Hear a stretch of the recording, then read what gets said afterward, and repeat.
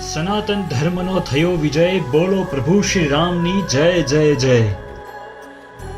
પુણ્યભૂમિ અયોધ્યામાં નવનિર્મિત શ્રી રામ મંદિરમાં તારીખ 22 જાન્યુઆરી 2024ના રોજ પ્રભુ શ્રી રામની મૂર્તિ પ્રાણ પ્રતિષ્ઠા થવા જઈ રહી છે.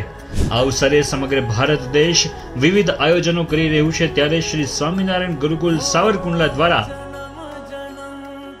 ભવ્યાતિ ભવ્ય નગર યાત્રાનું આયોજન કરવામાં આવ્યું છે.